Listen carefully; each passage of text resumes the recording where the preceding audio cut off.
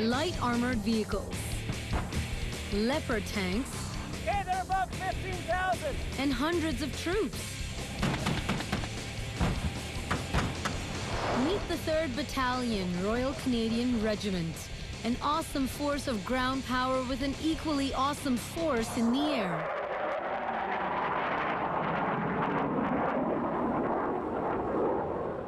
The target today, Taliban insurgents who have taken over an Afghan village.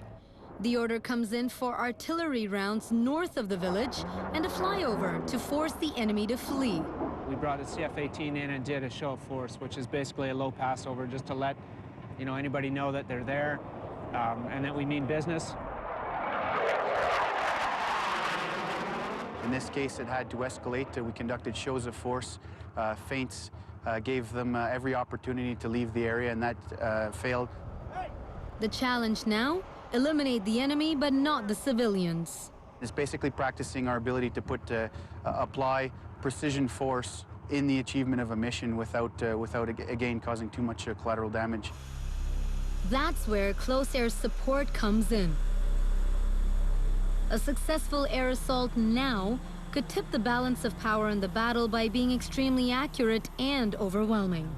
It's extremely effective. They bring a lot of firepower to the fight. Standing by at a nearby base is the Canadian Air Force's Tactical Fighter Squadron from Bagotville, Quebec, and Captain Corey Mask. The enemy is right now located in the shelters.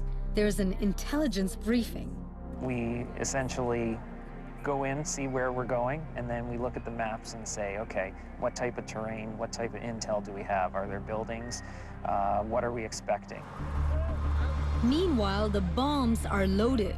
We've got dumb weapons, which are non-guided, laser-guided weapons, and then our 20-millimeter cannon. So a combination of all that would be a very versatile aircraft and able to attack any target. The maintenance crew does a few final checks. Then, take off. At this point, we are approximately 70 miles away from the operating area. 10 minutes and we're there. The pilot is now passed over to the Forward Air Controller, or FAC.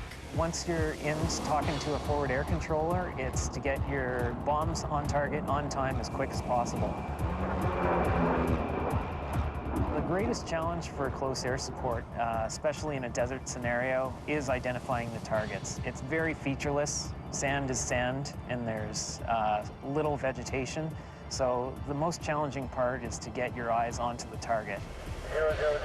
Cameras, unmanned aerial vehicles or UAVs, and lasers help locate common reference points on a map.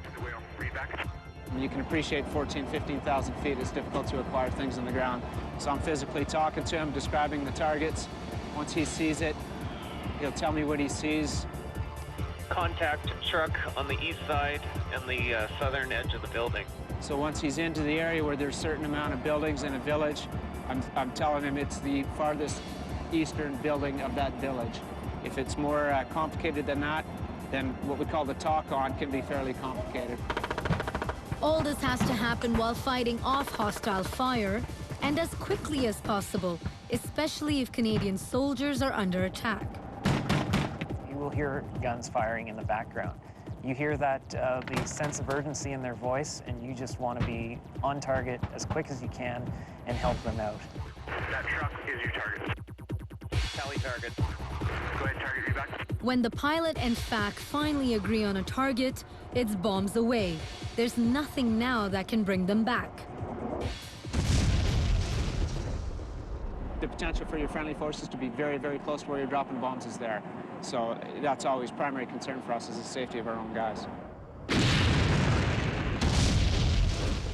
Today, all the weapons appear to be on target. You see the rounds? Yeah.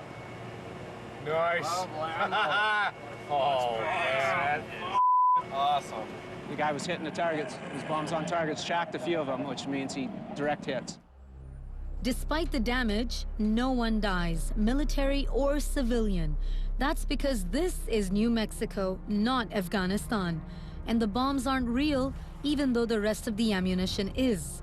The goal is to coordinate air and ground forces into a seamless assault for a real war. That will happen this fall when soldiers from the Royal Canadian Regiment return to Afghanistan.